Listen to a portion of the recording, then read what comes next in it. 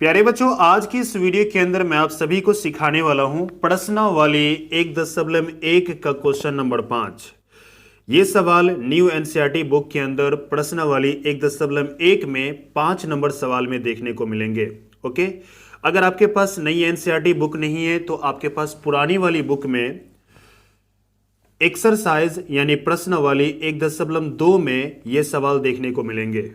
ठीक है, आइए देखते हैं किस प्रकार से सॉल्व करेंगे। देखिए सवाल क्या है, जांच कीजिए कि क्या किसी प्राकृत संख्या n के लिए संख्या 6 का पावर n अंक 0 पर समाप्त हो सकती है। जांच करके बताना है। देखिए क्या कह रहा है, 6 का पावर n है, n की जगह पर कोई प्राकृत संख्या रखे, जैसे 1 2 3 4 5 6 7 8 कोई भी प्राकृत संख्या रखे। उसके बाद सॉल्व करने के बाद क्या 0 पर समाप्त होगी? जो आंसर आएगा वो 0 पर समाप्त होगा, यही हमको जांच के दिखाना है। ठीक है, 0 पर समाप्त का मतलब ये देखिए 70 मैंने लिखा तो 0 पर समाप्त है, 40 मैंने लिखा 0 पर समाप्त है, 5 0 5 0 देखो 0 पे समाप्त है, 7 4 0 0 पे समाप्त है। ठीक है, मतलब क्या है कि 0 पे समाप्त होगी, ये हमको बताना है। ठीक है, तो किस प्रकार से करेंगे आइए देखते हैं। मैं आपको पूरा कॉन्सेप्ट के साथ बताऊंगा, इसलिए एग्जाम में जैसा मैं बता रहा हूं वैसा लिखोगे, एक भी नंबर आपके नहीं कटेंगे। ओके, पूरा फुल मार्क्स मिलेंगे। तो यहां पर देखो क्या लिखते हैं। सबसे पहले हम मान लेंगे, माना n बराबर 1 2 3 4 5 इस प्रकार से लेनी है। आप आगे भी ले सकते हो, मैं सिर्फ 5 तक लेकर के छोड़ दिया। ठीक है, अब देखो यहां पर क्या करेंगे, 6 का पावर n दिया गया है। क्लियर, 6 का पावर n है, n की जगह पर हम क्या कर लेंगे, n की जगह पर हम कर लेंगे कि 1 रख के देखेंगे। ठीक है, यानी 6 का पावर 1 रखा मैंने, n की जगह पर 1 रखा। ठीक है, तो देखो यहां पर 6 ही आएगा, यानी एक बार लिखेंगे 6 को। अब देखो दूसरा, 6 की जगह पर हम n की जगह पर हम 2 रखेंगे, ये वाला प्राकृत संख्या रखेंगे n की जगह पर। अब देखो यहां पर ये जो मैंने 2 रखा है तो 6 को 2 बार लिख सकते हैं। चलिए 6 को मैं 2 बार लिखा तो देखो यहां पर मेरे पास 36 आया। जब इसको सॉल्व करेंगे तो 6 6 36, ये 6 पर समाप्त हुई। ठीक है, आगे देखिए, 6 का पावर अगर हम 3 रख लें तो क्या आएगा, 6 3 बार लिखेंगे। चलिए 6 को मैंने 3 बार लिखा, अब इसको गुना करेंगे तो क्या आएगा, मेरे पास 216 आएगा। ठीक है, अब देखो यहां पर ये किस पर समाप्त हुआ, 6 पर समाप्त हुआ। अब एक स्टेप थोड़ा और आगे जाते हैं, 6 का पावर हम 4 रखते हैं।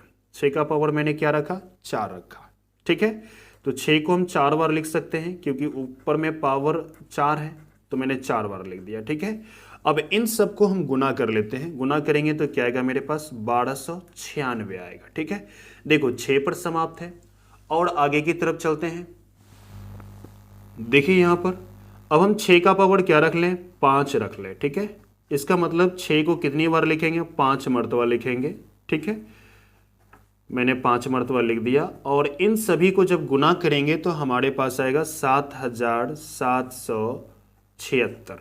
ये भी 6 पर समाप्त हो रही है, 0 पे समाप्त नहीं हो रही है। ठीक है, अब देखो 6 का पावर हम 5 रखते हैं, 5 तो मैंने रख लिया, सॉरी अब 6 रखते हैं। ठीक है, 5 हो गया, अब 6 रख लेते हैं, तो 6 को 6 बार लिखेंगे।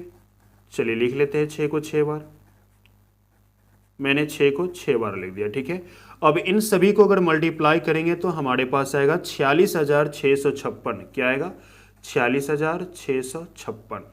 क्लियर है, देखो यहां पर 6 किस पर समाप्त हो, 0 पे समाप्त हुआ क्या, नहीं 0 पे समाप्त नहीं हुआ। इसका मतलब ये हुआ कि आप कोई भी प्राकृत संख्या रख दीजिए तो ये 0 पर समाप्त नहीं होगा। ठीक है, तो क्या, अतः 6 का पावर n प्राकृतिक संख्या, प्राकृत संख्या n के लिए 0 पर समाप्त नहीं होगी। क्लियर है, बात समझ में आ गया। यानी 6 का पावर n प्राकृतिक संख्या n के लिए 0 पर समाप्त नहीं होगी। बस ये आपका राइट आंसर होगा। ठीक है, एक तरीका बताया, दूसरा तरीका को देखिए किस प्रकार से बनाएंगे।